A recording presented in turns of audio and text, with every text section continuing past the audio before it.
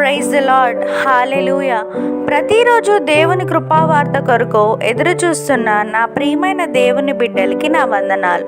ఈ దినము పరిశుద్ధాత్మ దేవుడు జీవ గ్రంథంలో నుండి మన కొరకు ఇచ్చిన వాగ్దానం సంఖ్యాకాండము 23వ అధ్యాయం 19వ వచనం.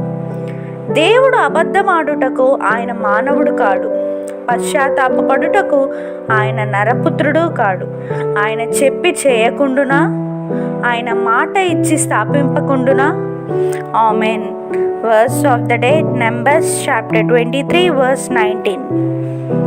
God is not man that he should lie, or a son of man that he should change his mind. Has he said, and will he not do it? Or has he spoken, and will he not fulfill it? Amen. సమస్త జ్ఞానమునకు మించిన దేవుని సమాధానము యేసుక్రీస్తు వలన మీ హృదయములకును మీ తలంపులకును కావలి ఉండునుగాక. Amen. Delight yourself in the Lord, and he will give you the desires of your heart. Amen.